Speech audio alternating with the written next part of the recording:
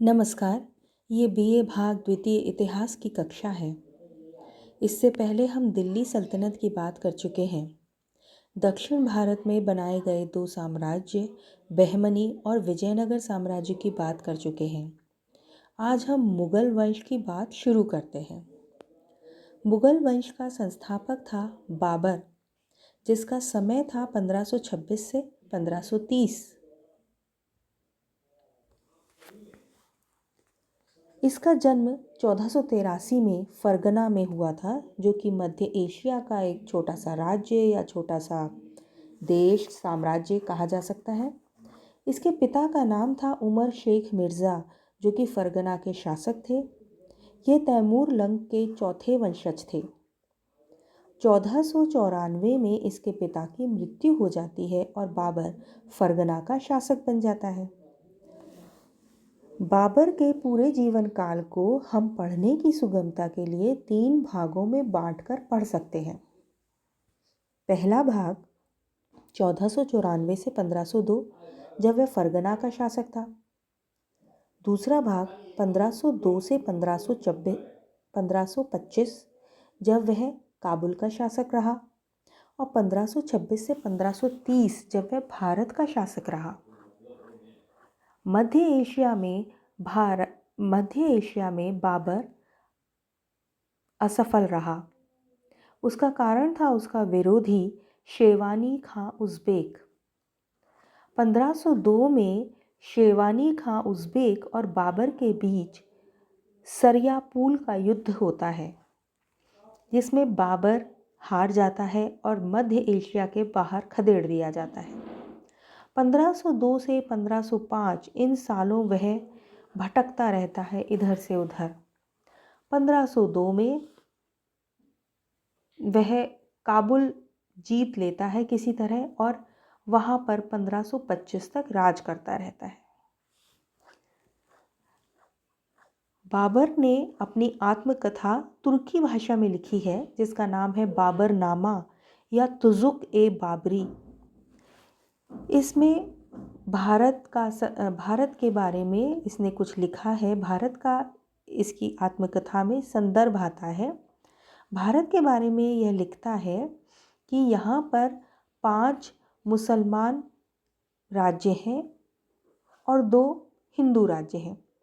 मुसलमान राज्यों में वह नाम देता है मालवा, गुजरात, दिल्ली, बंगाल और बहमनी साम्राज्य का। हिंदू राज्यों में वह नाम लिखता है मेवाड़ और विजयनगर साम्राज्य का। वह कहता है कि उत्तर भारत में 2 मुख्य शक्तियां हैं, अफगान और राजपूत। अफगान तो इसके समय अफगान जो थे, इसके समय भी हम कह सकते हैं उत्तर भारत में 2 मुख्य शक्तियां थी, अफगान और राजपूत। अफगान तो आपस में एक नहीं थे, उनमें एकता नहीं थी। बिहार में दरिया खां लोहानी ने अपना एक अलग साम्राज्य बना लिया था। बाबर इनके बारे में कहता है कि पश्चिमी अफगान और पूर्वी अफगान, इस तरह से इनके बारे में लिखता है। राजपूत जो थे वो राणा सांगा मेवाड़ का, उसने राजपूत राज्यों की एक महत्वपूर्ण, एक शक्तिशाली संघ बना लिया था। और वह इस तरह राजपूत न केवल राजस्थान के बल्कि भारत की एक महत्वपूर्ण शक्ति के रूप में उभर चुके थे। सांगा ने इब्राहिम लोदी से 2 युद्ध लड़े थे और इन 2 युद्धों में वह इब्राहिम लोदी को परास्त कर चुका था। ये 2 युद्ध थे, खातोली का युद्ध और बदी का युद्ध।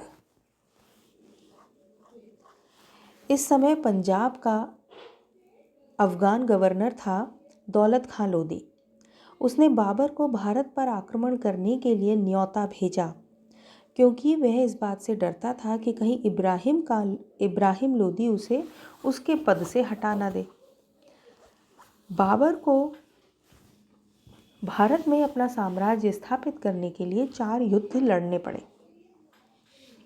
पहले युद्ध की बात करते हैं। पानीपत का युद्ध 1526 में लड़ा गया, बाबर और इब्राहिम लोदी के बीच। दौलत खां वो जो पंजाब का गवर्नर था, दौलत खां ने अपने 2 सेनापतियों को बाबर की मदद के लिए इसमें भेजा था, आलम खां लोधी और दिलावर खां लोधी। दिसंबर 1525 में बाबर ने पंजाब पर आक्रमण किया और दौलत खां लोधी को हरा दिया था।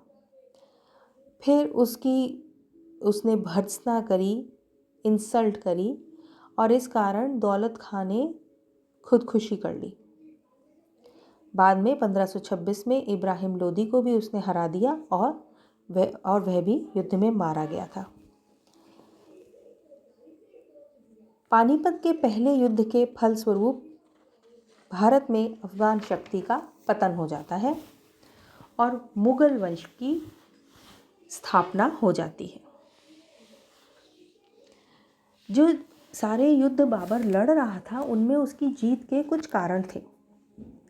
एक तो उसका तोपखाना, दूसरी उसकी युद्ध लड़ने की तकनीक, जो कई सारी तकनीकों का सम्मिश्रण थी।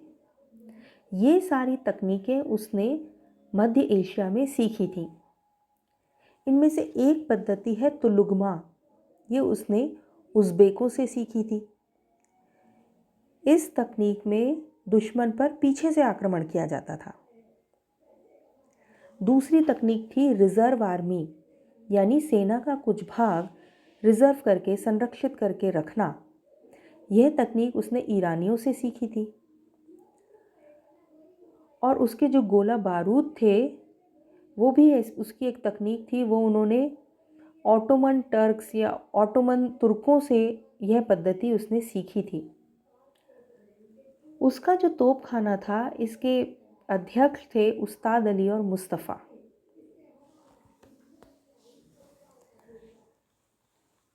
हम पानीपत के युद्ध की बात कर चुके। दूसरा युद्ध हमने बात की थी कि बाबर को 4 युद्ध लड़ने पड़े। दूसरा युद्ध जो उसे लड़ना पड़ा वह था 16 मार्च 1527 को खानवा का युद्ध। ये बाबर और राणा सांगा के बीच में हुआ। खानवा आज के भरतपुर में स्थित है। इस युद्ध में सांगा की हार हुई। इस युद्ध में राणा सांगा की जो हार हुई उसके परिणाम क्या हुआ? परिणाम ये हुआ कि राजपूतों का एक जो संघ बना था, पहली बार राणा सांगा की अध्यक्षता में राजपूत राजा एकत्रित हुए थे। उन्होंने एक संघ का निर्माण किया था। ऐसा पहली बार हुआ था। और क्योंकि राणा सांगा इसमें हार गया, ये पूरा संघ इसमें हार गया, इसलिए ये ऐसा आखिरी बार हुआ। तो पहली और आखिरी बार बना राजपूतों का संघ नष्ट हो गया और इसके बाद फिर कभी राजपूतों में एकता देखने को नहीं मिली। इस युद्ध के साथ ही बाबर के सारे विरोधी जो थे उनका पतन हो चुका था। तीसरा युद्ध बाबर को चंदेरी का युद्ध लड़ना पड़ा जनवरी 1528 में। यह बाबर और चंदेरी के मेदिनी राय के बीच में हुआ। मेदिनी राय इसमें हार गया। चौथा युद्ध 6 मई 1529 को घाघरा का युद्ध हुआ। घाघरा या घग्गर नदी गंगा की एक उपनदी है। इस युद्ध में एक तरफ बाबर था और दूसरी तरफ था बंगाल का नुसरत शाह और महमूद लोदी की अध्यक्षता में अफगान सेना। बाबर ने इन दोनों की ये जो संयुक्त सेना थी इसको हरा दिया। यह आखिरी युद्ध था जो बाबर को लड़ना पड़ा भारत में अपनी शक्ति स्थापित करने के लिए।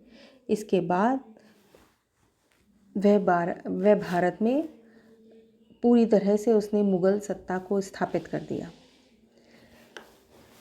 घग्गर के युद्ध का परिणाम यह हुआ कि अफगान समस्या जो थी वह पूरी तरह से समाप्त हो गई। पश्चिमी बिहार जो था उसे तो मुगल साम्राज्य में मिला लिया गया। मोहम्मद जामन मिर्ज़ा को उसका गवर्नर बना दिया गया और पूर्वी बिहार अफगानों को इस शर्त पर वापस लौटा दिया गया कि अब वे फिर कभी मुगलों पर आक्रमण नहीं करेंगे।